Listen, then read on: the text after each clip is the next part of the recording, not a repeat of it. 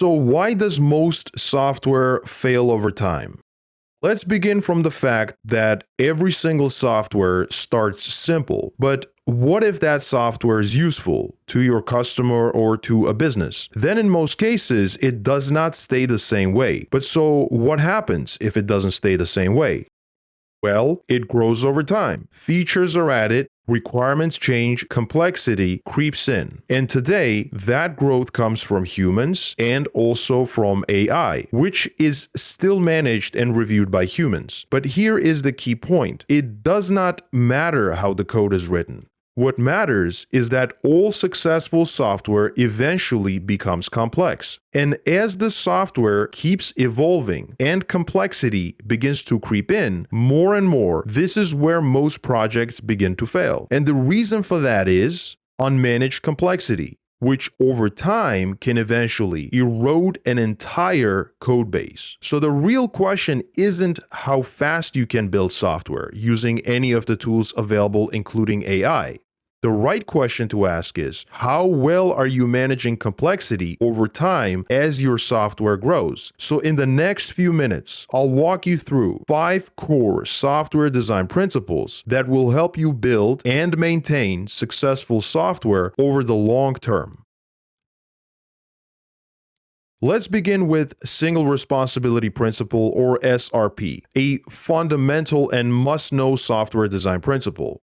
Here, you have a class called user service, which contains 6 methods: get, save, update, delete, encrypt, and decrypt. As you see, it is already starting to feel cluttered, and you might instinctively feel like something is off about this class. That feeling is called a code smell. Code smells are warning signs that indicate potential maintenance or performance issues, even though the code still works. In this particular case, what happens when you need to add more user-related functionality? Maybe you need validation, processing, logging, or other business logic tied to the user. If everything keeps getting added to this one class, it will slowly bloat over time, making it harder to understand, harder to test, and harder to extend safely. Eventually, even small changes become risky and expensive. So what's the solution? The solution is the single responsibility principle, separating each responsibility into its own focus class. In this case, you can extract data access responsibilities into a user repository, which handles get, save, update, delete, and future data access operations. And you can move encryption and decryption related responsibility into an encryption service class. Now, each class has a single purpose, is easier to test, easier to understand, and easier to evolve as the system grows. Now, let's look at some more. Second principle is open-closed principle, or OCP, incredibly useful once again. This time, there is a class called file processor that contains 2 methods, process JSON and process XML. Now, what happens when you need to add support for another file type, for example, CSV? For a very small application, you might simply add another method like process CSV, and that might seem fine at first. But imagine a real system with many file types and many more added over time. All of a sudden, this class gets larger and difficult to read and understand. And every time you modify it, you risk breaking existing functionality because everything lives in one place. Once again, this is a code smell, signaling that there is a better design available. And there is. You can redesign this so new behavior is added without changing existing working code. This is often achieved using an abstract class or an interface. In this case, let's create an abstract file processor base class, then create a JSON processor that inherits from this base class and overrides the process method with JSON-specific logic. Similarly, create an XML processor, and when new formats are needed like CSV, simply add a new class such as CSV processor without touching the existing code. This dramatically reduces the risk of breaking working features while still allowing the system to grow. So now the software is open for extension but closed for modification, which is exactly where this principle gets its name.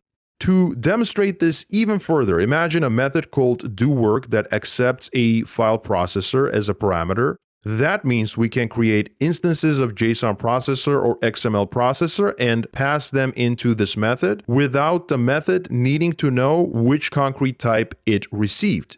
And when new types like CSV processor are added, they automatically work with the same method. No changes required. When process is called, the correct implementation runs automatically. This is polymorphism in action. In other words, the software now grows by extension instead of modification, reducing risk while safely handling increasing complexity. By the way, if this is helpful so far, go ahead and like and subscribe. Now back to the video. Now, this one might sound complex, but don't worry, I'll simplify it. This third principle is called the Liskov substitution principle, or LSP. Let's say there is an abstract base class called document with two methods read and write. In the real world, it would probably have some other base document specific members, but let's keep it simple for this example. Now, standard document class inherits from document and overrides both read and write with some functionality. So far, so good. But now, read-only document also inherits from document. It overrides read, but when overriding write, it throws a not implemented exception because writing isn't supported. Now imagine a method called doWork that accepts a document. If you pass in standard document, everything works fine. But if you pass in read-only document, calling write suddenly causes a runtime failure. This breaks LSP because a subtype must be usable in place of its base type without breaking expected behavior. Now there are many ways to redesign this to follow Liskov's principle. One way to fix it is to remove write from document and move it into a separate interface. So now standard document implements iWritable interface as it requires writing functionality. And read-only document does not implement it because it doesn't need writing functionality. If doWork accepts iWritable, only writable documents can be passed in, such as standard document.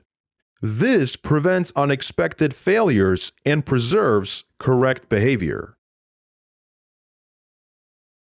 The fourth principle is incredibly important and widely used in modern software. It's called the Interface Segregation Principle, or ISP. Imagine you have an interface called iUserInputSource with behaviors like click, scroll, and zoom. Now, let's say you have a class called standardMouse that implements this interface. But as you can see, standardMouse does not support zooming, so an unneeded method is forced to be implemented, which can confuse clients later. Now, you also have a class called touchscreen, which can click, scroll, and zoom. This creates a code smell. If new capabilities are added to the interface, existing implementations may break and it becomes harder to maintain. ISP states that no code should be forced to depend on methods it does not use. So instead of one large interface, you create smaller focused interfaces. Now you have iClickable, iScrollable, and iZoomable, which gives you much more flexibility.